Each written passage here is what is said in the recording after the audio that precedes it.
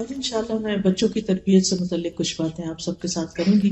کوئی بھی شخص جب بڑا ہوتا ہے اور اللہ تعالیٰ اس کو اولاد کی نعمت سے نوازتا ہے تو اولاد اس کے لیے دنیا کی سب سے قیمتی دولت ہوتی ہے. اور جتنا کوئی بھی انسان اپنی اولاد کے لیے فکر مند ہو اتنا کسی بھی اور چیز کے لیے نہیں، اور خصوصاً مائیں، مدرس. ایک عورت جب ماں بن جاتی ہے تو پھر ساری زندگی خواہ اس کے بچے خود پیرنٹس بن جائیں پھر بھی وہ اپنے بچوں کی فکر نہیں چھوڑتی، اور ماں کی یہ فکر قبر تک جاتے ہوئے رہتی. اس کے دل میں ہمیشہ بچوں کی خیرخواہی اور بچوں کی بھلائی کی سوچ ہوتی کہ کسی طرح میں انہیں کچھ بھی فائدہ پہنچا سکوں. خود بھوکے رہ کر، پیاسے رہ کر، تکلیف اٹھا کر، پریشانیاں اٹھا کر اپنے پر اپنے بچوں کو ترجیح دیتی. اللہ سبحانہ وتعالیٰ نے یہ محبت ہمارے دلوں میں فطری طور پر رکھ دی. لیکن والدین کی اصل محبت، سچی محبت، صحیح محبت اسی وقت ہو سکتی ہے جب وہ اپنے بچوں کو صرف اس دنیا میں نہیں آخرت میں بھی کامیاب دیکھیں، کیونکہ یہ دنیا تو ختم ہو جائے گی اور آخرت کی زندگی ہمیشہ ہمیشہ کی زندگی. لہٰذا ہم سب کو اس بات کی کوشش کرنی چاہیے کہ ہم جب بچوں کے فیوچر کا سوچیں تو وہ فیوچر صرف اس دنیا کا فیوچر نہ ہو بلکہ ان کی آخرت کا بھی ہو. کیونکہ اگر وہ دنیا میں کامیاب ترین انسان بھی ہوئے اور آخرت میں ناکام ہو گئے تو وہ کامیاب نہیں ہے. حقیقی کامیابی آخرت کی کامیابی ہے. ذالک هو الفوز العظیم، وہ ہے اصل عظیم الشان کامیابی. تو انشاءاللہ تربیت اولاد سے متعلق کچھ ٹپس میں آپ کو دوں گی. انشاءاللہ اللہ نے چاہا تو آپ کے لیے فائدہ مند ہوگی. سب سے پہلی بات تو یہ کہ اولاد اللہ سبحانہ وتعالیٰ کا عطیہ ہے، ایک تحفہ ہے ہم سب کے لیے. اور اللہ نے جس کو جو بھی دیا ہے، بیٹا ہو یا بیٹی، اس پر راضی رہنا چاہیے، کیونکہ یہ تقسیم بھی اللہ تعالیٰ کی ہے. جسے چاہتا ہے بیٹیاں دیتا ہے، جسے چاہتا ہے بیٹے دیتا ہے، جسے چاہتا ہے دونوں دیتا ہے، جسے چاہتا ہے کچھ بھی نہیں دیتا. اور وہ سب کچھ جاننے والا ہے، ہر چیز پر قادر ہے. یعنی اس کو زیادہ پتا ہے کہ کس کو مجھے کیا دینا چاہیے، کون کس کے قابل ہے. دوسری بات یہ کہ بچے ہمارے لیے ایک خوشی کا باعث ہوتے ہیں، اگرچہ ان کے ساتھ تکلیفیں بھی ہوتی ہیں، لیکن اللہ سبحانہ وتعالیٰ نے پیغمبروں کو جب اولاد کی خبر دی تو اس کو خوشخبری قرار دیا. مثلاً زکریا علیہ السلام نے جب دعا مانگی بچے کے لیے اور ساری زندگی مانگتے رہے، بڑھاپے میں جا کر اللہ نے ان کو اولاد دی تو فرمایا یا زکریا انا نبشرک بغلام اسمہ یحییٰ، اے زکریا ہم آپ کو ایسے لڑکے کی خوشخبری دیتے ہیں جس کا نام یحییٰ ہوگا. تو یہ صرف خبر نہیں ہوتی بلکہ خوشخبری ہوتی ہے. اسی طرح ابراہیم علیہ السلام کو جب خوشخبری ملی اسحاق علیہ السلام کی پیدائش کی تو اس وقت بھی اللہ سبحانہ وتعالیٰ فرماتے فبشرناہ باسحاق، تو ہم نے اس کو اسحاق کی بشارت دی، یعنی خوشخبری دی. نبی صلی اللہ علیہ وسلم بچوں سے بہت محبت کرتے تھے. حضرت حسن اور حسین جو ان کے نواسے تھے ان کو آپ فرماتے کہ یہ دنیا میں میرے پھول ہیں، یہ دنیا میں میرے دو پھول ہیں. یعنی انہیں پھولوں سے تشبیہ دیتے. جس طرح پھولوں کی کیئر کی جاتی ہے اور پھولوں کو دیکھ کر انسان خوش ہوتا ہے، ایسے ہی وہ بچوں کو دیکھ کر خوش ہوتے تھے. اور یہ حقیقت ہے کہ بچے ہماری آنکھوں کی ٹھنڈک ہوتے ہیں. اسی لیے ہمیں دعا سکھائی گئی ہے کہ ہم یوں مانگے ربنا ہب لنا من ازواجنا وذریاتنا قرۃ اعین واجعلنا للمتقین اماما. اے اللہ ہمیں ہمارے ازواج اور ہماری اولاد سے آنکھوں کی ٹھنڈک عطا کر، یعنی ہم انہیں دیکھیں تو خوش ہو جائیں اور ہمیں متقین کا امام بنے. اسی طرح آپ صلی اللہ علیہ وسلم نے فرمایا کہ تمہاری اولاد تمہاری بہترین کمائی، یعنی انسان اپنی زندگی میں جو کچھ بھی کماتا ہے، ارن کرتا ہے، اس میں سب سے بہترین چیز ٹاپ پہ جو ہے وہ اس کے بچے ہیں، اولاد ہے. کیونکہ اولاد انسان کے لیے دنیا میں بھی راحت، مدد، خوشی کا باعث ہوتی ہے اور آخرت کے درجات میں بلندی کا بھی ذریعہ ہوتی. یعنی ایک انسان کے اپنے عمل ہوتے ہیں اور ایک اس کے بچوں کے اچھے کام اس کے نام اعمال میں، حسنات میں اضافہ کرتے ہیں اور وہ اس کے درجات کی بلندی کا ذریعہ بنتے ہیں. لیکن یاد رکھیے کہ جہاں اولاد ایک خوشخبری ہے، خوشی کا باعث ہے، وہاں اس کے ساتھ ساتھ ایک ذمہ داری بھی ہے اور اس کے بارے میں ہم سے پوچھا بھی جائے گا. قیامت کے دن اللہ تعالیٰ اس کے بارے میں سوال کرے گا. ہم سے بہت سی اور باتیں پوچھی جائیں گی، ہماری جوانی کے بارے میں کہ وہ کس کام میں لگائی، ہماری علم کے بارے میں کہ اس پر عمل کتنا کیا، مال کہاں سے کمایا، کہاں خرچ کیا، اپنی زندگی کن کاموں میں لگائی. لیکن اس کے ساتھ ساتھ مسند احمد کی روایت میں آتا ہے کہ انسان سے اس کے اہل خانہ کے بارے میں بھی خصوصیت سے پوچھا جائے گا کہ اس نے اپنے گھر والوں کے ساتھ کیا معاملہ کیا اور ان کی کیسی تربیت کی. اور اس میں خصوصاً ماں کو ذمہ دار قرار دیا گیا، یعنی باپ سے بھی پوچھا جائے گا لیکن باپ کی نسبت ماں زیادہ ذمہ دار ہے، کیونکہ ماں کا درجہ بھی زیادہ ہے اور بچے کا زیادہ وقت ماں کے ساتھ ہی گزرتا ہے. اللہ سبحانہ تعالیٰ نے ماں کو بنایا ہی ایسے ہے کہ وہ نسل انسانی کی تخلیق اور تربیت اور پرورش کا کام بہترین طریقے سے کر سکے. صحیح بخاری کی روایت میں آتا ہے، عورت اپنے شوہر کے گھر اور اس کے بچے کی نگران ہے اور اس سے ان کے بارے میں پوچھا جائے گا. یعنی بعض اوقات ہسبینڈ وائف ایک دوسرے پہ ڈالتے رہتے ہیں، آپ ان کو سمجھائیں، آپ ان کو سمجھائیں، آپ ان کا خیال کریں، لیکن حقیقت یہ ہے کہ ہر ایک کا اپنا اپنا رول ہے اور اس میں ماں کی ذمہ داری زیادہ بتائی گئی ہے. اب آپ دیکھیے کہ بچوں کی تربیت کا آغاز انسان کے بچے کی پیدائش کے بعد سے نہیں، اس سے پہلے سے ہی ہو جاتا ہے. بلکہ شادی سے پہلے جب لڑکے یا لڑکی کا انتخاب کیا جاتا ہے، اس وقت انسان صرف یہ نہ دیکھے کہ لڑکی خوبصورت ہے یا لڑکا بہت مالدار ہے یا دنیاوی اعتبار سے اسٹیٹس کیسا ہے، بلکہ یہ بھی دیکھے کہ یہ لڑکی یا لڑکا، یہ دونوں ایک دوسرے کو اس اعتبار سے بھی دیکھے. لڑکی یہ دیکھے کہ جس لڑکے کو میں پسند کر رہی ہوں یہ میرے بچوں کا باپ ہوگا تو یہ کیسا باپ ہوگا، اور لڑکا یہ بھی ضرور دیکھے کہ یہ لڑکی کل میرے بچوں کی ماں ہوگی تو یہ کیسی ماں ثابت ہوگی، کیا یہ ایک اچھی نسل کو پروان چڑھائے گی. کیونکہ جس لڑکی کو ہم اپنے گھر میں لا رہے ہیں اس کے اندر یہ کوالٹی تو ہونی چاہیے کہ وہ گھر بنانے والی ہو، اور گھر صرف ان دیواروں سے نہیں بنتا یا فرنیچر سے نہیں بنتا، گھر انسانوں سے بنتا ہے کہ انسانوں کی تربیت کیسی ہوگی. رسول اللہ صلی اللہ علیہ وسلم نے فرمایا، دنیا فائدہ اٹھانے کی چیز ہے اور دنیا کی بہترین متاع نیک عورت ہے. اور پھر اسی طرح ابو ہریرہ کہتے ہیں کہ رسول اللہ صلی اللہ علیہ وسلم نے فرمایا، جب ایسا شخص تمہارے پاس نکاح کا پیغام بھیجے جس کے دین اور اخلاق سے تم مطمئن ہو تو اس سے اپنی بیٹی کا نکاح کر دو. اگر ایسا نہیں کرو گے تو زمین میں فتنہ و فساد برپا ہوگا، یعنی بہت بگاڑ آئے گا. تو دیکھنے کی چیز، باقی چیزیں بھی ٹھیک ہے انسان دیکھے تاکہ ایک دوسرے کے ساتھ ایک کمپیٹیبلٹی ہو اور گزارا بہتر طور پر ہو، لیکن خاص طور پر دین کے بارے میں ضرور دیکھنا چاہیے. اور دین میں بھی ایسا نہیں کہ ہر شخص شیخ بن جائے گا اور پھر وہی دیندار ہوتا ہے اور باقی لوگ دیندار نہیں ہوتے.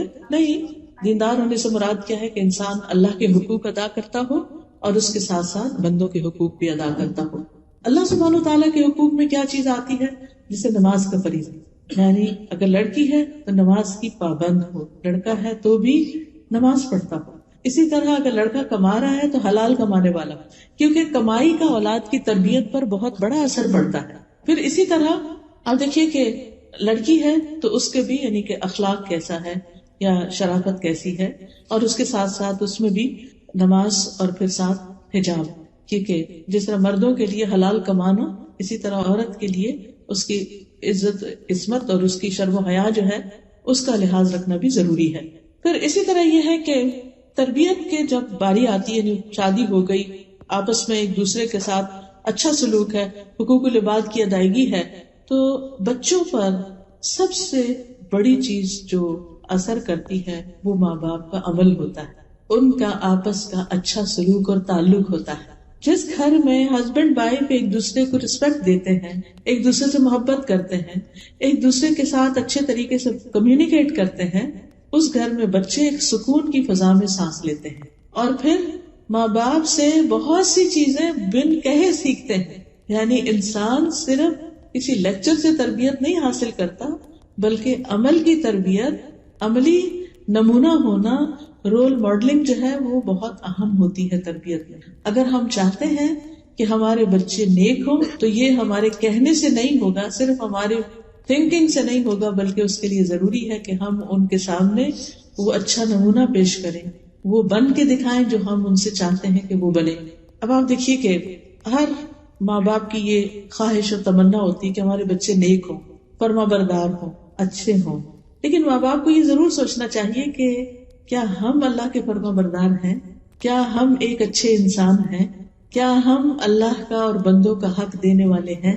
اگر ہم خود نہیں کر رہے تو بچوں سے کس چیز کی ہم توقع کر سکتے؟ پھر اسی طرح آپ دیکھیے کہ اگر ہم چاہتے ہیں کہ ہمارے بچے آئندہ دین کے لیے قربانی کرنے والے ہوں تو ہمیں یہ دیکھنا ہوگا کہ ہم خود کیا قربانیاں کر رہے ہیں، ہم خود اپنے دین کے لیے کیا محنت کر رہے ہیں. اگر ہماری زندگی میں غفلت ہے تو وہ خود بخود بچوں میں ٹرانسفر ہوگی، وہ بھی اس کو ایزی لیں گے. اگر ہم خود وقت پہ نماز نہیں پڑھ رہے تو بچے کیوں پڑھیں گے؟ چاہے آپ کتنا بھی چلا کے ان کو کہیں کہ اٹھو نماز پڑھو، لیکن آپ نے خود تو پڑھی نہیں. وہ تو آپ سے پلٹ کے پوچھیں کہ آپ نے پڑھ لی، اور نہ بھی کہیں تو وہ دیکھ رہے ہیں کہ اذان ہوئی ہے، وقت ہوا ہے، اور کسی کو بھی فکر نہیں ہے، پرواہ نہیں ہے، کوئی بھی اٹھ کے نماز نہیں پڑھا تو وہ کیوں پڑھیں گے، چاہے انہوں نے کتنا ہی اچھا لیکچر سن رکھا ہو. حضرت عائشہ کہتی ہیں جب سے میں نے ہوش سنبھالا میں نے یہی دیکھا کہ میرے والدین اسلام پر ہیں، یعنی اسلام کی حالت میں نے ان کو اپنی تربیت کرتے ہوئے دیکھا. پھر اسی طرح بعض روایات میں یہ بھی آتا ہے کہ جو ہمارے اسلاف تھے یا نیک لوگ تھے وہ اپنے بچوں کی تربیت کے لیے اللہ کی عبادت میں زیادہ وقت لگاتے تھے، یہ سوچ کر کہ اس کا اثر ہمارے بچوں پر پڑے، ہماری اولاد پر پڑے. کسی نے کیا خوب کہا کہ جب بھی میں کسی سلجھے ہوئے نوجوان کو دیکھتا ہوں تو مجھے یقین ہو جاتا ہے کہ ضرور اس کا باپ صالح اور نیک آدمی تھا، جس کا عکس یا ریفلیکشن اس میں نظر آ رہا. کیونکہ قرآن مجید میں اللہ تعالیٰ فرماتے ہیں، سورۃ الکہف ہر جمعے کو پڑھی جاتی ہے، آج بھی آپ نے پڑھی ہوگی، کان ابوہما صالحا، وہ دو بچے جن کا خزانہ زمین میں دفن تھا اور اس کے اوپر دیوار تھی، جب وہ گر گئی تو خضر علیہ السلام نے اس کو بنایا، اور اس کی وجہ یہ بتائی کہ ان کا باپ نیک آدمی تھا، وہ فوت ہو گیا تو اللہ تعالیٰ یہ چاہتا تھا کہ ان بچوں کا خزانہ محفوظ رہے، اس لیے میں نے یہ دیوار بنا دی. خود فوت ہو چکا ہے وہ نیک آدمی، اور اس کے بچے یتیم ہیں، اپنے آپ کو پوری طرح لک آفٹر نہیں کر سکتے، لیکن اللہ سبحانہ وتعالیٰ ان کے فیوچر اور ان کے مال کی اور ان کے انٹرسٹ کی حفاظت کس طرح کرتے ہیں. اس غیبی مدد کے ذریعے ان کی دیوار بنوا دی جاتی کہ جب یہ اپنی جوانی کو پہنچے تو پھر یہ اس مال کو استعمال کر سکے. کیونکہ نیک آدمی کو اس کی نیکی کا فائدہ اس کی اولاد کی نیکی کی شکل میں نظر آنے لگتا ہے دنیا میں، یہ دنیا میں جلد ملنے والی خوشخبری ہوتی ہے. اسی طرح ایک مشہور سپیکر ہیں ڈاکٹر نبیل، وہ کہتے ہیں مجھے جب نوافل کی ادائیگی میں سستی اور کاہلی ہونے لگتی ہے تو مجھے میرے بیٹے اور دنیا کی پریشانیاں یاد آتی کہ کہیں نفلوں کی ادائیگی میں میری سستی اور کاہلی میری اولاد کی پریشانیوں کا سبب نہ بن جائے. کیونکہ انسان جب نفل پڑھتا ہے، تہجد پڑھتا ہے، تو پھر اپنی اولاد کے لیے دعائیں کرتا ہے، اور اگر کوئی نماز ہی نہیں پڑھتا یا تہجد ہی نہیں پڑھتا تو دعا کس وقت کرے گا، وہ تو دعا کرتے ہوئے بھی شرمائے گا. تو وہ کہتے ہیں کہ یعنی جب مجھے تھوڑی سستی آنے لگے تو مجھے اپنے بچے یاد آنے لگتے ہیں کہ میں نے ان کی خاطر اٹھنا ہے اور دعائیں کرنی ہے ان کے لیے.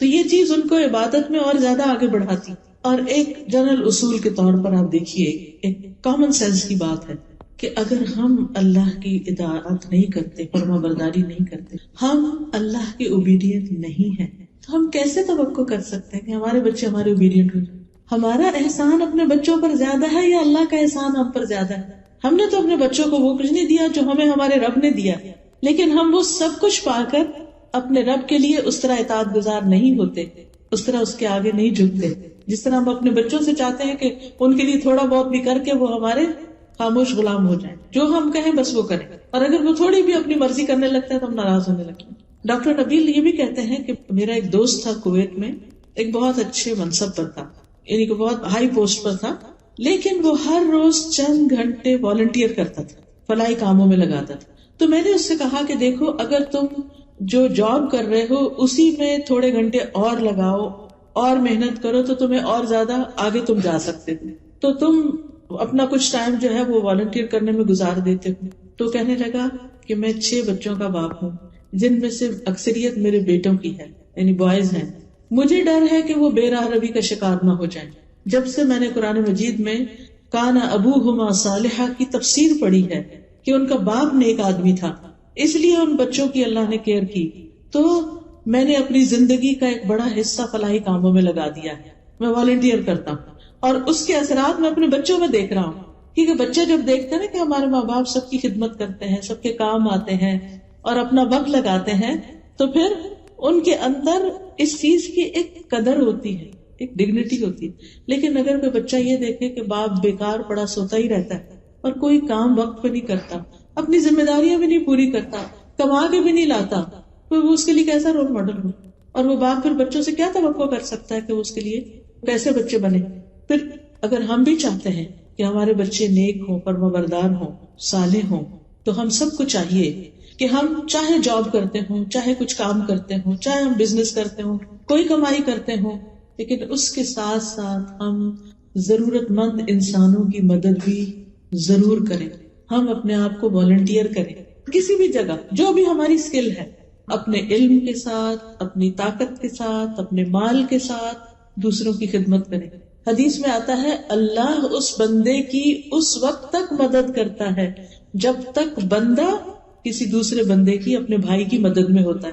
آپ دوسروں کی مدد کر رہے ہیں، آپ دوسروں کی خدمت میں لگے، اللہ آپ کی مدد کرے گا اس چیز میں جہاں آپ ضرورت مند ہیں.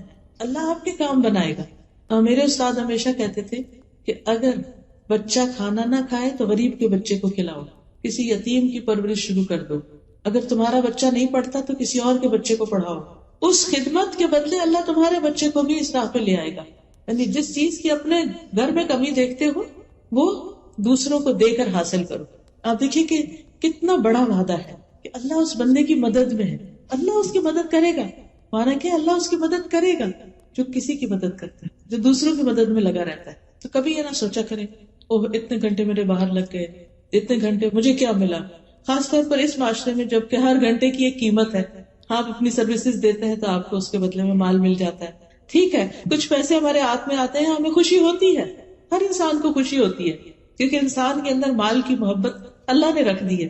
یہ کبھی بھی نہیں ہوا کہ آپ کو کوئی مالی فائدہ حاصل ہو اور آپ کا میرا تو کوئی دل ہی نہیں کہ مجھے کوئی فائدہ. ہمارے پیرنٹس ہمیں دیں، ہم ہسبینڈ دیں، ہم خود کمائیں، کچھ بھی ہو ہمیں ہمیشہ اچھا لگتا ہے. اور پھر آپ دیکھیے کہ اس مال کی اپنی ایک ویلیو اور اس سے ایک خوشی ملتی ہے. لیکن جب آپ کسی کے کام آتے ہیں اور وہ آپ کو دعا دیتا ہے اس وقت کیسی خوشی ہوتی ہے. کسی کی خدمت کر کے، کسی کی مدد کر کے، کسی کے کام آ کے، ہاں ہم تھک ہی جائیں لیکن اس کے بدلے میں جو ہمیں راحت اور خوشی نصیب ہوتی ہے، اور پھر اس وعدے کا یقین کہ میں نے دوسروں کی مدد کی، اللہ میری مدد کرے گا. تو آپ اپنے بہت سے بوجھ اور پریشانیاں اپنے اوپر سے ہٹا دیتے ہیں، اپنے امور اللہ کے سپرد کر دیتے ہیں. یہ کیسے ہو سکتا ہے کہ میں خالص اس کی رضا کے لیے اس کے بندوں کی خدمت کروں اور وہ میری مدد نہ کرے؟ وہ ضرور کرے گا. پھر اسی طرح عبداللہ بن مسعود کے بارے میں آتا ہے کہ وہ رات کو جب نوافل ادا کر رہے ہوتے تھے، تہجد پڑھ رہے ہوتے تھے، تو سامنے اپنے بچے کو سویا دیکھ کر کہا کرتے تھے من اجلک یا بنیا، تیری خاطر اے میرے بچے. یا بنیا کا مطلب کیا ہے؟ اے میرے بچے، تیرے روشن مستقبل کی خاطر، تیرے برائٹ فیوچر کی خاطر میں اپنی نماز میں اضافہ کر لیتا ہوں. ابن مسیب ایک تابعی ہے، سعید ابن مسیب، کہتے ہیں اے میرے بیٹے میں تمہاری وجہ سے نماز کو لمبا کرتا ہوں اس امید پہ کہ تمہارے بارے میں میری حفاظت کی جائے گی، یعنی تمہارے بارے میں مجھ سے جو سوال کیا جائے گا قیامت کے دن اس کے بارے میں مجھے پکڑ نہیں ہوگی. اور پھر اسی آیت کی تلاوت کی وَكَانَ أَبُوهُمَا صَالِحًا.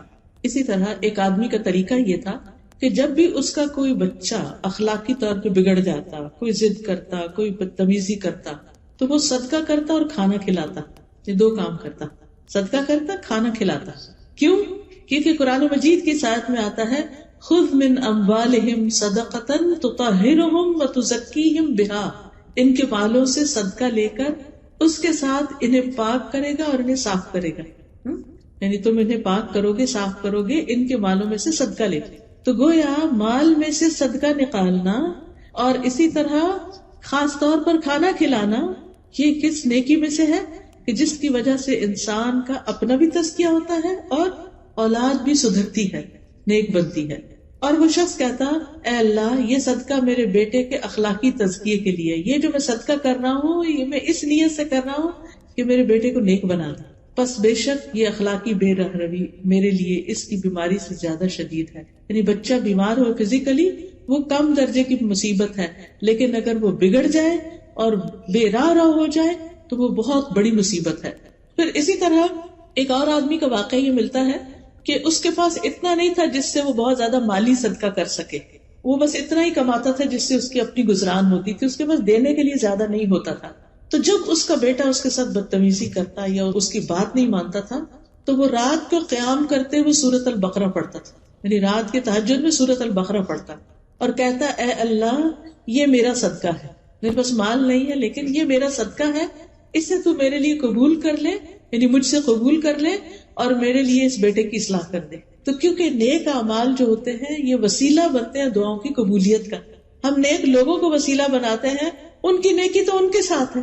ہمیں جس وسیلے کا حکم دیا گیا وہ نیک اعمال ہے کہ ہم صدقہ کریں، نماز پڑھیں، دعا کریں اور اس سے اللہ سے مدد مانگیں. اسی طرح ہمیں یہ یاد رکھنا چاہیے کہ ہم اپنے بچوں کی اصلاح کس طرح کریں، اس نیت کے ساتھ اللہ کی عبادت کر کے کہ یہ بچے سدھر جائیں. اور یاد رکھیں کہ ہمارے ہاتھ میں کوئی طاقت نہیں کہ ہم اپنے بچوں کو نیک بنا سکیں جب تک اللہ کی مدد نہ ہو. وہی مدد کرنے والا ہے. پھر اسی طرح اللہ کا تقوی اختیار کرنا، اللہ سے ڈرنا. پھر بچوں کو اپنے ساتھ مختلف کاموں میں، پروجیکٹس میں، والنٹیئرنگ میں شریک کرنا، ان کو ساتھ لے کے جانا. مثلا ہر جمعے کو آپ جو ابھی آپ کے قریب مسجد ہے اس کی صفائی اپنے ذمہ لے سکتے ہیں کہ نمازیوں کے آنے سے پہلے میں ہال کی صفائی کروں. آپ کیا کر سکتے ہیں کہ اپنے بچے کو تھرسڈے نائٹ ساتھ لے جائیں. خود اکیلے نہیں جائیں، ہسبینڈ وائف، بچے کو ساتھ لے کے جائیں کہ چلے اللہ کا گھر صاف کرتے ہیں. اور پھر ایک ایک کونے خدرے کو صاف کریں، کہیں کوئی داغ دھبا ہے اس کو مٹائیں، اس کو خوشبودار کریں، صفیں لگائیں.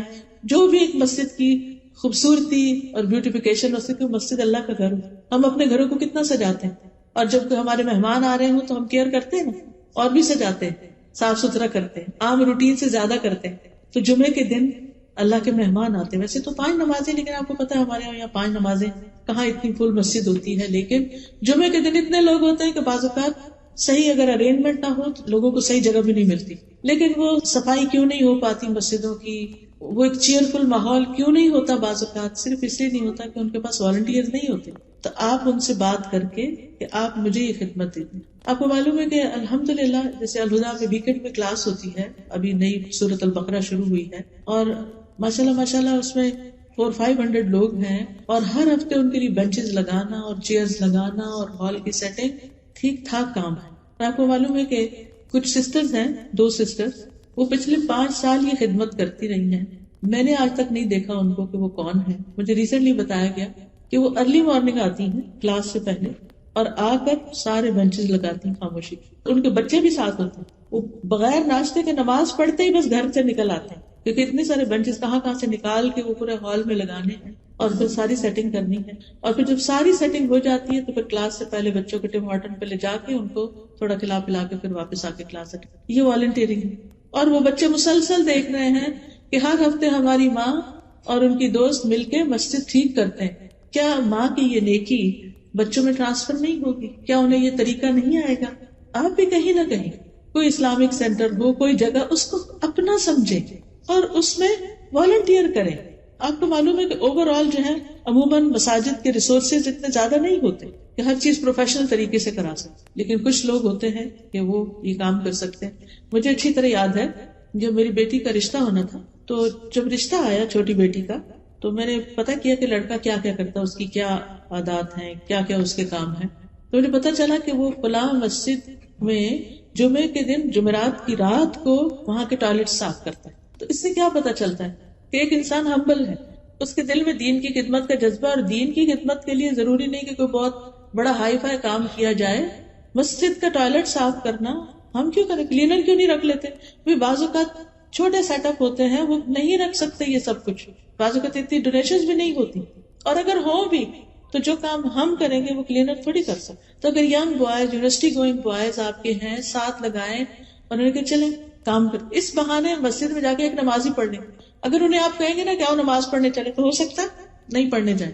لیکن اگر آپ کہیں کہ چلو آؤ کچھ ہوبر لگاتے ہیں چل کے، آپ کو معلوم ہے کہ یہ کام معمولی کام نہیں. یہ کام کس نے کیا تھا؟ ابراہیم علیہ السلام نے، اسماعیل علیہ السلام نے. اللہ سبحانہ وتعالیٰ نے قرآن مجید میں سورۃ البقرہ میں اس کا ذکر کیا 127 آیت پہلے پارے میں، وَإِذْ يَرْفَعُ إِبْرَاهِيمُ الْقَوَاعِدَ مِنَ الْبَيْتِ وَإِسْمَاعِيلُ رَبَّنَا تَقَبَّلْ مِنَّا إِنَّكَ أَنْتَ السَّمِيعُ الْعَلِيمُ.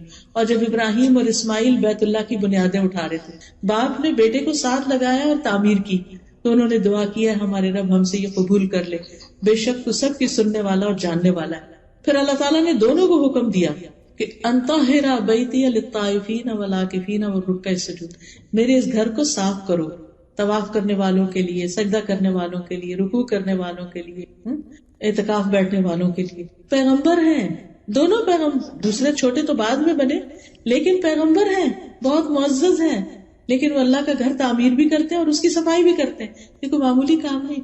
یاد کیجئے اس عورت کا واقعہ جو بخاری کی روایت میں آتا ہے کہ جو مسجد میں صفائی کرتی تھی، ایک دن نظر نہیں آئی تو نبی صلی اللہ علیہ وسلم نے اس کے بارے میں پوچھا کہ وہ کہاں ہے. پتہ چلا کہ وہ تو اچانک بیمار ہوئی اور فوت بھی ہو گئی.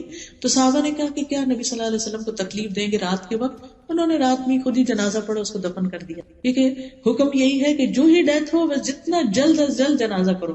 خیر، آپ نے پوچھا کہ اس کی قبر کہاں ہے، آپ اس کی قبر پہ گئے، لوگوں کو ساتھ لے کر گئے اور وہاں دوبارہ جنازہ پڑھا، اس کو خود اس کے لیے دعا کی۔ اب آپ دیکھیے کہ یہ سعادت کس کو ملتی ہے کہ اللہ کے رسول صلی اللہ علیہ وسلم ایک ایسی خاتون جس کا نہ کوئی آگے نہ پیچھے ہے، مسجد میں ہی رہتی ہے، مسجد کی صفائی کرتی ہے، اس کا جنازہ پڑھ رہے ہیں، وہ معمولی اعزاز ہے؟ اللہ کی نگاہ میں اس کی اہمیت کیا بڑی۔ ہم سمجھتے کہ بہت بڑے بڑے ٹائٹل ہوں اور پھر ہم کام کریں تو پھر اس سے ہماری بہت شان بنے گی۔ شان ہمیں لوگوں کی نظر میں چاہیے تو شان اللہ کی نگاہ میں ہونی چاہیے۔ تو یہ چھپی نیکیاں بعض اوقات اور یہ اللہ کی خاطر ایسے کام کرنا، اس کا اثر اولاد میں جاتا ہے۔ پھر اسی طرح مسجدوں کے علاوہ آپ دیکھیے ہاسپٹلز ہیں، بوڑھے لوگوں کے اولڈ ہومز ہیں۔ کل میری بیٹی بتا رہی تھی کہ ان کا اسکول کا ٹرپ گیا ہوا تھا بچوں کا، اولڈ ہوم میں لے کر گئے تھے، شاید 8-9 سال کا بچہ اس کا۔ کہہ رہی تھی کہ کل شام گھر آ کر اتنا رویا اتنا رویا اتنا رویا کہ جس طرح اس نے بوڑھے لوگوں کو وہاں دیکھا، کوئی فیملی ان کے پاس نہیں، وہ بیمار ہیں، وہ بیٹھے ہوئے ہیں، لونلی ہیں، تو وہ سین تو مجھ سے پوچھ رہی تھی کہ میں اب اس کو کس طرح کمفرٹیبل کروں، کیا بتاؤں اس کو۔ ہمارے بچے یہ سب چیزیں تو دیکھتے نہیں، نہ جنازہ دیکھتے ہیں، نہ قبرستان دیکھتے ہیں، نہ اولڈ ہوم دیکھتے ہیں۔ دل کس چیز سے نرم ہو، وہ اپنی آخرت کے بارے میں کیوں سوچے؟ وہ تو دنیا ہی دنیا ہے ان کے سامنے۔ ہم انہیں لے جاتے ہیں، کبھی کہیں کھانا کھلانے لے جاتے ہیں، کبھی کسی ٹوائز کی شاپ پر لے جاتے ہیں، ہم سمجھتے ہیں یہ ہم بچوں کی بہت بڑی خدمت کر رہے ہیں اور اس سے ہمارے بچے ہم سے بہت خوش ہو جائیں گے اور ہمارے بڑے فرما بردار ہوں گے۔ نتیجہ کیا ہے؟ جتنی ہم ان کو عیش کروا رہے ہیں، جتنی ہم ان کی ہر خواہش پوری کرتے چلے جا رہے ہیں، اتنا ہی وہ مزید بگڑتے چلے جا رہے ہیں، کسی بات پہ خوش ہوتے ہی نہیں، کیونکہ وہ ایک چیز وہ اب ان کی نگاہ سے اتر گیا، اب ان کو اس سے بڑی انٹرٹینمنٹ چاہیے، اس سے بڑی انٹرٹینمنٹ چاہیے۔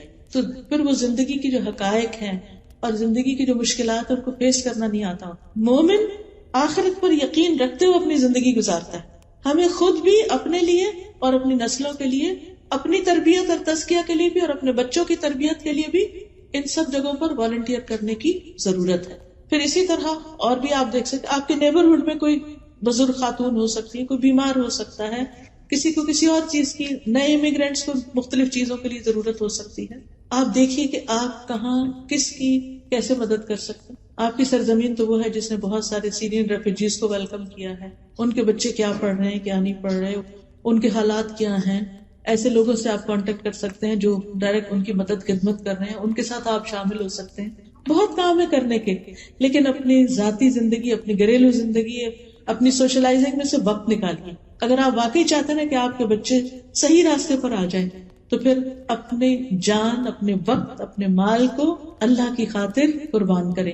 پھر اسی طرح بات ہو رہی تھی کہ اچھا رول ماڈل بن کے بچوں کی تربیت کرنا، اس میں یہ بھی آتا ہے کہ جیسے بچوں سے کیے ہوئے وعدے پورے کریں، ان سے غلط بیانی نہ کریں، سچی بات کریں۔ ایک خاتون نے اپنے بچے کو بلایا، ادھر آؤ میں تمہیں کچھ دوں، تو آپ نے اس سے پوچھا کہ تم کیا دینے والی ہو؟ انہوں نے کہا کہ میں اس کو کچھ میٹھی چیز دوں گی، کھجور دوں گی۔ تو آپ نے فرمایا اگر تم اسے کچھ نہ دیتی تو تمہارے اوپر جھوٹ کا گناہ لکھا جاتا ہے۔ کبھی بھی بچوں سے جھوٹ نہ بولو، ان کا اعتماد چلا جائے، زندگی پر کسی پہ بھی ٹرسٹ نہیں کرتے، کیونکہ ماں ایسی چیز ہوتی ہے نا کہ جس پر انسان آنکھیں بند کر کے ٹرسٹ کرتا ہے۔ لیکن اگر یہ انسان کو احساس ہو جائے نا کہ ماں دھوکہ دیتی ہے، ماں ڈرامہ کرتی ہے۔ پچھلے دنوں کسی خاتون کی بات مجھ سے ہوئی تو بہت پریشان تھی، کہتی بچے نے گھر چھوڑ دیا، بچے نے گھر چھوڑ دیا، کہیں اور جا کے رہتا ہے، اور میں نے اس سے بہت کہا ہے کہ تم ایسا نہیں کرو، لیکن وہ نہیں مانتا۔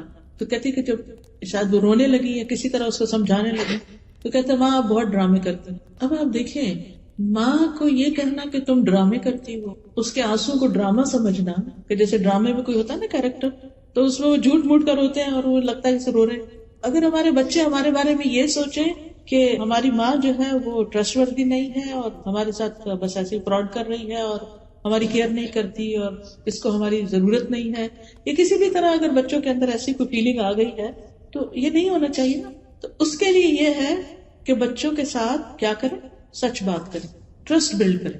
کسی بھی کامیاب ریلیشن شپ کے لیے بہت ضروری ہوتا ہے کہ ایک دوسرے پر اعتماد کیا جائے، ٹرسٹ کیا جائے، کیونکہ جہاں ٹرسٹ نہیں ہوتا نا وہاں پھر اتفاق نہیں ہوتا، محبت نہیں ہوتی، پھر وہ بات نہیں سنتے۔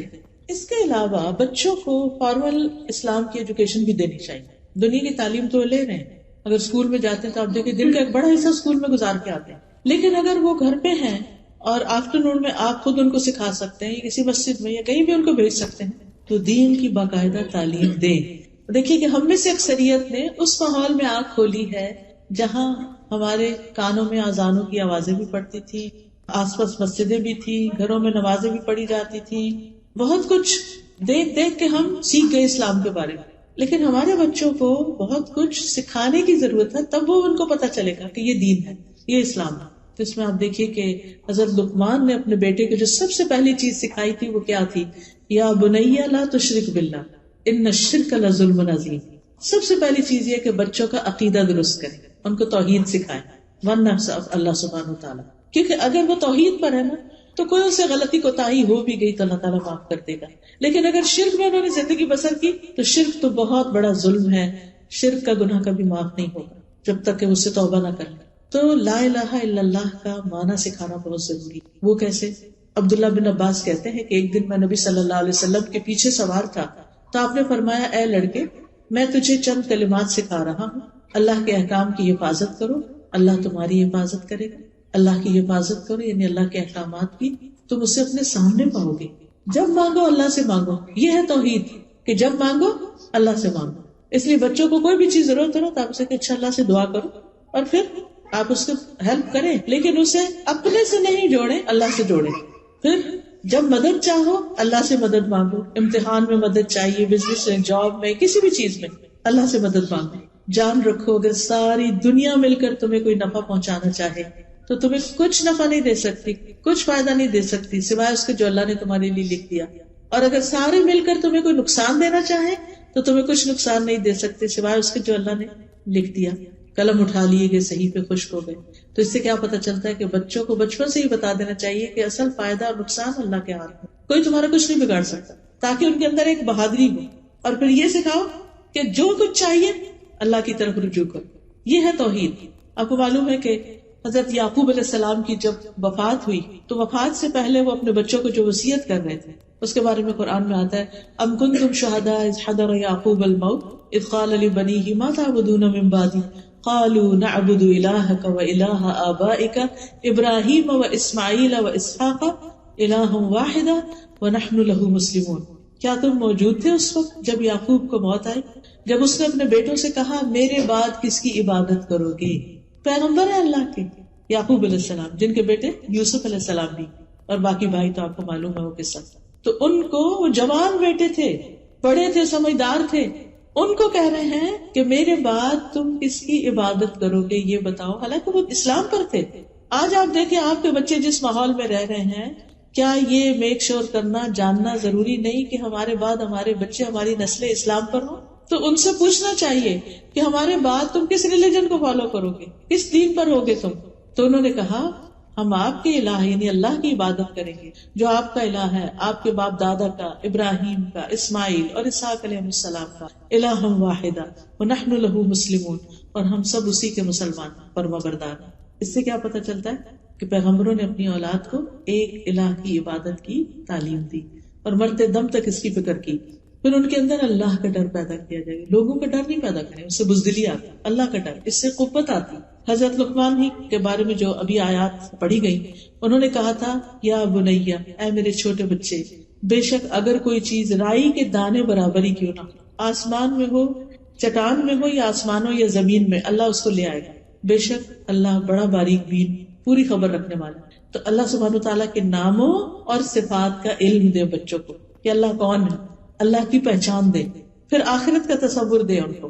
یاد ہوگا آپ کو کہ نبی صلی اللہ علیہ وسلم نے جب ابتدائی دعوت دی تھی اسلام کی تو آپ نے اپنے خاندان والوں کو دعوت پہ بلایا تھا. تو اس وقت سب سے خطاب کر کے کیا کہا تھا؟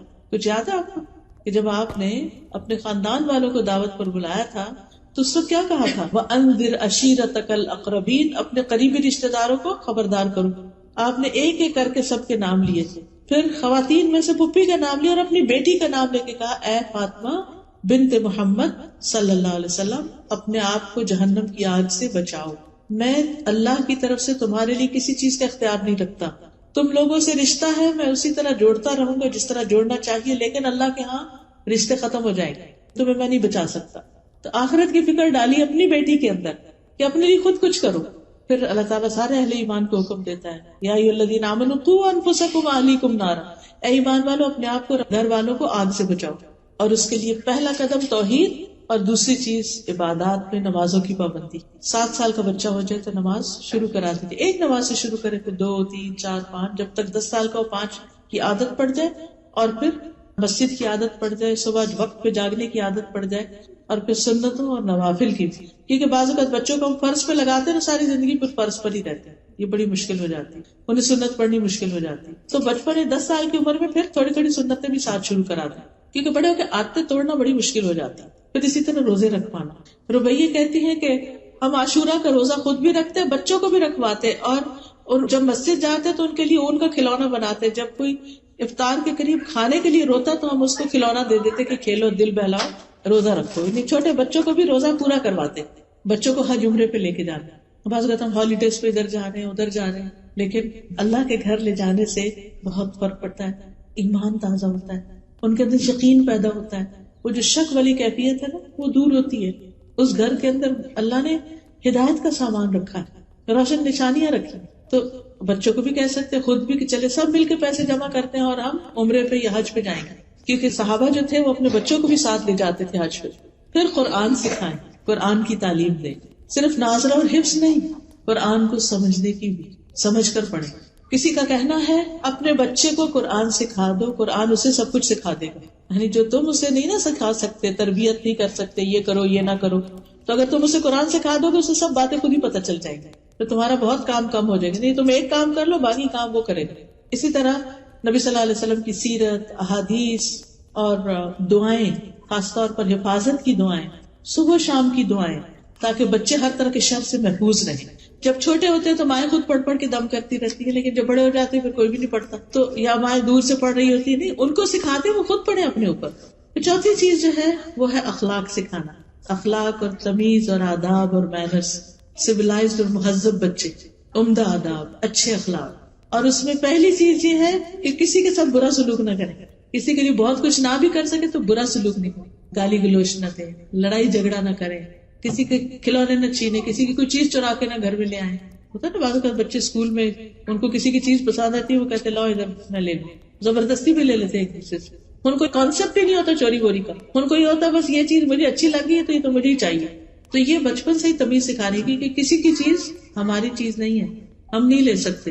حضرت لقمان ہی کی نصیحتوں میں کیا ابھی سنا آپ نے، عربی میں چونکہ آیات تھی، انہوں نے کہا اے میرے چھوٹے بیٹے نماز قائم کرو، نیکی کا حکم دو، برائی سے منع کرو، اس مصیبت پر صبر کرو جو تمہیں پہنچی ہے.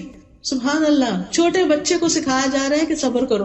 اب جو بچہ چھوٹی سی چوٹ لگ چیخنا پکارنا شروع کر دیتا ہے تو اس کو ہر وقت چیخنے کی اجازت نہ دیں. اور پھر کہا کہ یہ ہمت کے کاموں میں سے ہے، لوگوں کے لیے اپنا رخسار نہ پھلاؤ، منہ پھلا کے مت بیٹھو، زمین میں اکڑ کے نہ چلو. اللہ کسی اکڑنے والے فخر کرنے والے سے محبت نہیں رکھتا. اپنی چال درمیانی رکھو، اپنی آواز نیچی رکھو، سب آوازوں سے بری یقیناً گدھوں کی آواز ہوتی ہے. یہ انہوں نے اپنے بچے کو تمیز سکھائی، ایٹیکیٹس اور مینرز. ہمارا فرض بھی بنتا ہے کہ ہم بچوں کو ہر طرح کے آداب سکھائیں، لباس پہننے کے، سونے کے، جاگنے کے، گھر سے نکلنے، گھر میں داخل ہونے، سواری پر بیٹھنے کے، زندگی کے سارے معاملات میں. لیکن یہ سب کچھ اسی وقت سکھایا جا سکتا ہے جب ہم خود بھی سیکھیں، ہمیں خود بھی آتا ہو. پھر اسی طرح گھر میں آتے ہوئے اجازت لینے کے، کسی کی چیز اٹھاتے ہوئے، ایون بہن بھائیوں کی بھی چیز لینی ہے نا تو وہ طریقہ سکھایا کہ دیکھو اجازت سے لینی، زبردستی نہیں لینی کسی کی چیز. پھر اسی طرح گفتگو کے آداب، چیخنے چلانے کی اجازت نہ دیں، اپنا لہجہ درست رکھے بچے. لیکن مشکل یہ ہے نا کہ اگر ہم مائیں خود چیخے چلائیں گی تو پھر بچے کیسے سمجھیں گے. اس کے لیے آپ کو چھوٹی سی ٹپ دیتے ہیں. سورۃ لقمان کی یہی آیت جو ہے نا، وَاقْصِدْ فِي مَشْيِكَ وَاغْضُضْ مِنْ صَوْتِكَ إِنَّ أَنكَرَ الْأَصْوَاتِ لَصَوْتُ الْحَمِيرِ. اس کو زبانی یاد کر اور دن میں کئی دفعہ پڑھ کہ اللہ کو یہ آواز ناپسند ہے جو ہم چیخ چلا کے بچوں کو بولتے ہیں نا، اللہ اسے گدھوں کی آواز سے تعبیر کرتا ہے. یہ نہیں کرنا، بار بار اپنے آپ کو ریمائنڈ کریں. سورۃ لقمان کی آیت نمبر 19 ہے. ٹھیک ہے. اور ذرا اگر اس سے پیچھے سے چلے ہم تھوڑا سا، وَلَا تُسَعِّرْ خَدَّكَ لِلنَّاسِ، منہ موڑ کے نہیں بات کرتے. یہ نہیں کہ ہم کوکنگ کر رہے ہیں اور بچہ کو بات کر رہے ہیں تو ہم ایسے منہ کر رہے ہیں اور اپنا کام کر رہے ہیں. نہیں، اس کی طرف دیکھیں تاکہ وہ امپورٹنٹ فیل کرے اپنے آپ کہ میری ماں مجھے توجہ دیتی. یہ کسی کو اگنور کرنا جو ہے بہت انسلٹنگ ہوتا ہے. نبی صلی اللہ علیہ وسلم جس سے بات کرتے تو اس کی طرف توجہ فرماتے. پھر کیا، وَلَا تَمْشِ فِي الْأَرْضِ مَرَحًا، زمین پہ اکڑ کے نہ چلو. إِنَّ اللَّهَ لَا يُحِبُّ كُلَّ مُخْتَالٍ فَخُورٍ، اللہ کو کوئی بھی خود پسند فخر کرنے والا پسند نہیں. وَاقْصِدْ فِي مَشْيِكَ وَاغْضُضْ مِنْ صَوْتِكَ إِنَّ أَنكَرَ الْأَصْوَاتِ لَصَوْتُ الْحَمِيرِ. اپنی چال درمیانہ رکھو، اپنی آواز نیچی رکھو، بے شک سب آوازوں سے بری آواز گدھوں کی آواز ہے۔ اس کو بار بار پڑھیں، بار بار پڑھیں، پورا ہفتے کے لیے بس اس کو پریکٹس کرتے رہیں اور امیجنیشن میں لائیں کہ اس وقت میں کیسے لگ رہی ہوں۔ خود بخود آپ پھر ٹھیک ہوئیں گے، اپنے آپ کو خود دیکھیں۔ اب دیکھیں ہم شیشے میں دیکھتے ہیں یہ تو ٹھیک نہیں لگ رہا، نہیں اس کا ایسے نہیں، ایسا نہیں، یہ تو سینٹر میں نہیں ہے، یہ تو صحیح نہیں، یہاں تو کچھ بل پڑ رہا ہے، اس کو بھی ٹھیک کرنے کی ضرورت ہے، قرآن بھی ٹھیک۔ میں نے دیکھا ہے بچیوں کو جیسے الوداع میں بھی وضو کرنے آتی اتنی دیر لگاتی ہے، اسکارف ٹھیک ہو رہا ہے، ٹھیک ہو رہا ہے، ادھر سے دیکھتے ادھر سے دیکھتے ہیں۔ ٹھیک ہے ان کی عمر ہے، میں سمجھتی ہوں سب سے امپورٹنٹ چیز ان کے لیے اسکارف ٹھیک کرنا۔ تو اس میں آپ دیکھیے کہ اگر ہم اتنے کانشیس ہیں صرف اسکارف کے بارے میں کہ ہم اس میں نیٹ کلین ٹائڈی لگے، تو پھر ہماری آوازیں اور ہمارا آنکھیں کھول کے چیخنا چلانا وہ کیا چیز ہے؟ اس میں بھی تو اچھے نہیں لگتے۔ اس وقت شیشے کے آگے جا کے چیخ کے دیکھیں، کبھی اکیلے میں پریکٹس کر کے دیکھیں اور شکل کیسے ہو جاتی ہے۔ تو یہ شکل اگر ہم ایک سے زیادہ دفعہ بچوں کو دن میں دکھا رہے ہیں تو اس سے بچنے کی ضرورت ہے۔ پھر اسی طرح رازوں کی حفاظت کرنا۔ اگر کوئی کہنا کہ مجھے فلانی بات کی میں نہیں بتاؤں گا، تو آپ اسے نہیں کہیں مجھے تو بتانی ہوگی، مجھے بتاؤ، چاہے آپ ماں ہیں پھر بھی انہوں نے کہا اچھا اگر ابا نے کہا نہیں بتانی، ٹھیک ہے نہیں بتاؤ، تاکہ اس کو راز کی حفاظت کریں۔ کوئی امانت کو حفاظت کرنی آئے، کوئی وعدہ کیا پورا کرنا آئے۔ پھر اسی طرح جب وہ بول رہے ہوں تو غلط لہجے اور بہت زیادہ سلینگ اور سویرنگ جو ہوتی ہے اس کی اجازت۔ مجھے یاد ہے کہ ہم چھوٹے ہوتے تھے، ہمارے والد نے اتنا ہمیں ڈرایا اس چیز پر، ایک گالی دی اگر تو ایک سانپ قبر میں ہوگا۔ اب پتہ نہیں اس کی کیا حقیقت تھی کیا نہیں، لیکن اتنا ڈر لگا کہ چپکے سے کہیں چپ کے بھی گالی کسی کو نہیں دی، اتنا ڈرایا گالی سے کہ گالی تو منہ سے نکالنی ہی نہیں، زبان ناپاک ہو جاتی۔ آج آپ دیکھیں گے ہم پگ کا لفظ بولتے ہوئے تو مسئلے کا شکار ہو جاتے ہیں کہ نہیں یہ تو آپ نے بچوں کو اسکول میں کتاب کیوں پڑھا دی گئی، اور یہ اس کو تو اتنا بڑا ایشو بنا لیتے اور اس کو گالی بنا دی۔ لیکن اور جو وہ ادھر ادھر کی گالیاں بول رہے ہیں اس کے ہم شاید خود بھی نہ پتا ہو کیا کہہ رہے ہیں۔ اس چیز کو بہت کانشیس رہے، زبان صاف رہے، کیونکہ ایک دفعہ جب وہ زبان پہ ایسی چیزیں چڑھ جاتی ہیں تو پھر وہ ہمیشہ اسی طرح بولتے ہیں، اور شروع میں ہنستے ہیں ہم بچوں پر کہ دیکھو اس نے کوئی نیا لفظ سیکھ لیا، لیکن بعد میں وہی چیزیں نقصان کا باعث بنتی ہیں۔ اور قبر میں سانپ ہے ہی نہیں، لیکن ہمارے اعمال نامے میں یہ چیزیں لکھی جا رہی ہیں اور کل قیامت کو دیکھنی بھی ہوگی۔ اسی طرح یہ ہے کہ بچوں کو اچھا ماحول دیں، گھر کے اندر بھی، لیکن باہر جہاں دوستوں میں یا کسی سینٹر میں یا کہیں بھی بچوں کا کوئی کلب ہے وہاں بھی دیکھ بھال کے لے جائیں کہ اور بچے کس قسم کے آتے ہیں وہاں پر، کیونکہ بچے اپنے دوستوں کو بہت کاپی کرتے ہیں۔ تربیت میں ایک حصہ آپ کا ہے لیکن ایک حصہ ان کے ماحول کا ہے، یعنی جو گھر سے باہر کا ہوتا ہے کہ ان کے فرینڈز کیسے ہیں۔ اچھے بھلے بچے دین سے دور ہو جاتے ہیں صرف اس وجہ سے کہ فرینڈز جو ہے وہ دین پر نہیں۔ حدیث میں آتا ہے صاف طور پر کہ انسان اپنے دوست کے دین پر ہوتا ہے، اسے چاہیے کہ دیکھے کہ وہ کس کو دوست بنا رہا ہے، کس کی کمپنی میں رہتا ہے۔ آپ جو کچھ ہے نا اپنی کمپنی کی پیداوار ہے، اس لیے اچھے لوگوں کے ساتھ، نیک لوگوں کے ساتھ خود بھی بیٹھیں، ان کو بھی لے جائیں، اس مجلس کی آداب سکھائیں۔ ٹھیک ہے جب بچے شور کر رہے ہوں تو کسی الگ کمرے میں لے کے بیٹھے، لیکن میں نے دیکھا کہ کچھ مائیں اپنے چھوٹے بچوں کو مسجد میں لاتی ہیں، جیسے اللہ تعالیٰ سمجھا سکھا کے پاس بٹھاتی ہیں اور بچے آرام سے بیٹھے رہتے۔ میں حیرت سے دیکھتی رہتی ہوں کہ پورا خطبہ اس بچے نے سن لیا بغیر کچھ گڑبڑ کیے، کیونکہ بچپن سے ماں کو لانے کی عادت تھی اور سمجھا کے لائے، یہاں بھاگنا نہیں، یہاں بولنا نہیں، یہاں کچھ کرنا نہیں، یہ اللہ کا گھر ہے، یہ اللہ کا گھر ہے۔ تو اس سے کیا ہوگا کہ اس کے دل میں جو ہی مسجد دیکھے گا، اندر آئے گا، آٹومیٹیکلی اس میں یہ چیز آئے گی کہ یہاں نہیں بھاگنا، یہ نہیں۔ لیکن اگر ہم لے تو جائیں مسجد اور اس کے بعد اپنی دوستوں کے ساتھ لگ جائیں اور بچے ہر طرح کی بدتمیزیاں کرتے پھریں، تو اس سے پھر وہ کیا سیکھیں گے؟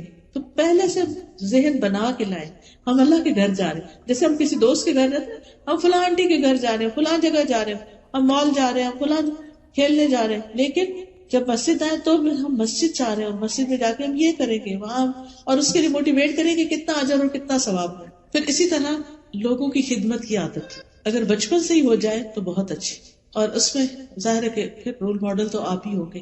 گھر میں اگر آپ کی ساس ہیں، بڑی امی ہیں، تو ان کے پاس ڈیلی بیٹھنا، وقت نکالنا، ان کی تھوڑی خدمت کرنا اور بچوں کو ساتھ لگانا کہ اچھا چلو تم بھی لگو، چلو میں ان کے پاؤں دبا رہی ہوں تم ہاتھ دباؤ، وہ تھوڑی دیر دبائیں گے پھر بھاگ جائیں گے، بور ہو جائیں گے، پھر آئیں گے، پھر لیکن کرتے کرتے کرتے ان کو عادت ہو جائے گی۔ حضرت انس کہتے ہیں کہ جب نبی صلی اللہ علیہ وسلم مدینہ آئے تو میری عمر 10 سال تھی، میری مائیں، نانی، خالہ وغیرہ مجھے نبی صلی اللہ علیہ وسلم کی خدمت کی مسلسل تاکید کرتی تھی اور میں نے آپ کی 10 سال خدمت کی۔ حضرت انس آپ کے ساتھ رہے تو کس نے سکھایا تھا کہ نبی صلی اللہ علیہ وسلم کی خدمت کرنا؟ ماں نے سکھایا تھا۔ اور وہ کہتے ہیں کہ جب آپ کی وفات ہوئی تو میں 20 سال کا تھا، اور بہت سے احکامات انہوں نے صرف دیکھ دیکھ کے گھروں میں سیکھے تھے۔ پھر اسی طرح اگر ممکن ہو تو بچوں کو کسی اسکالر یا کسی ایسے شخص کی کمپنی میں دیں کہ جو ان کو بہت سی اور چیزیں بھی ساتھ رکھ کے سکھا سکے. یا اگر دنیا کی تعلیم تربیت بھی دینی ہے تو اس میں آپ دیکھیے کہ جیسے اگر کھانا پکانا ہے یا اور گھر کے کام ہیں اگر آپ خود سکھا سکتے ہیں، یا بعض اوقات آپ کی کوئی بہن یا بانجی یا کوئی اور، تو ان کے ساتھ تھوڑی دیر انہیں چھوڑیں کہ ان سے بھی سیکھیں چیزیں. اس سے تھوڑا ان کو ویرائٹی بھی مل جاتی ہے اور ڈفرینٹ لوگوں سے ڈفرینٹ چیزیں بھی وہ سیکھ سکتے ہیں. تو باصلاحیت لوگوں کی نگرانی میں بچوں کو دینا، ان کی کمپنی دینا. بچوں کو ہر وقت صرف بچوں میں نہیں رہنا چاہیے، یہ یاد رکھیے، کیونکہ جو بچے ہر وقت بچوں میں رہتے ہیں وہ کبھی بڑے نہیں ہو پاتے. جب آپ بڑے لوگ بیٹھے ہوں تو ان کو بھی بیچ میں ساتھ بٹھائیے، چاہے زیادہ دیر نہیں لیکن کچھ دیر ضرور بٹھائیے تاکہ وہ بڑوں کی کارآمد گفتگو سنے اور اس کو یاد رکھے. آپ کو معلوم ہے کہ حضرت انس جو تھے وہ چھوٹے تھے لیکن کتنی باتیں انہوں نے نوٹ کی. وہ کہتے ہیں کہ میں نے رسول اللہ صلی اللہ علیہ وسلم سے بڑھ کر کسی کو بچوں کے ساتھ شفقت کرنے والا نہیں پایا. پھر اسی طرح ہم دیکھتے ہیں کہ آپ صلی اللہ علیہ وسلم حضرت ابن عباس کو دعائیں دیتے ہیں. چھوٹے سے بچے ہیں، آپ کے گھر میں رات رہنے کے لیے آتے ہیں اپنی خالہ کے پاس کیونکہ ان کی اہلیہ تھی نبی صلی اللہ علیہ وسلم کی. پھر اسی طرح بچوں کو بول کے بھی محبت کا اظہار کریں. نبی صلی اللہ علیہ وسلم نے حضرت حسن کے لیے فرمایا اللہم انی احبہ، اللہ میں حسن سے محبت کرتا ہوں، فاحبہ، آپ بھی اس سے محبت کریں. واحبب من یحب، اور آپ اس سے بھی محبت کریں جو حسن سے محبت کریں. یعنی آپ بچوں کا احساس دلائیں، بول کے بھی کہیں کہ آپ مجھے اچھے لگتے ہیں. پھر پیار سے مخاطب کریں، نک نیم بھی رکھ سکتے ہیں، ان کو توجہ دیں، ان کے ساتھ بچوں کی طرح کھیل کھیلیں. نبی صلی اللہ علیہ وسلم نماز سے سر نہیں اٹھاتے تھے جب بچے آ کے بیٹھ جاتے تھے کمر پر. پھر اسی طرح بچوں کے ساتھ کھیلنا، جیسے پکڑم پکڑائی یا کچھ.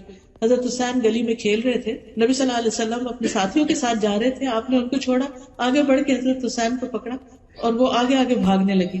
تو پھر آپ نے ان کا ایک ہاتھ یہاں تھوڑی کے نیچے رکھا، دوسرا سر کے پیچھے سے یوں کر کے ان کو اوپر کیا اور ان کو کس کیا اور پھر چلے گئے اور بھاگ کے پیچھے سے پکڑا تھا.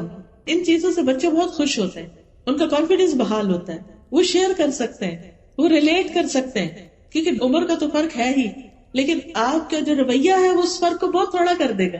لیکن اگر آپ بہت سنجیدہ ان کے ساتھ اور وہ اپنے دل کی بات شیئر ہی نہیں آپ سے کر سکتے تو یہ اچھی بات نہیں، پھر آپ ان کو کہہ بھی نہیں سکتے کچھ. پھر اسی طرح اگر بچے بیمار ہو جائیں تو ان کا خیال کرنا، پھر ان کا علاج کرانا، لیکن اوور ڈوز نہیں کرنا.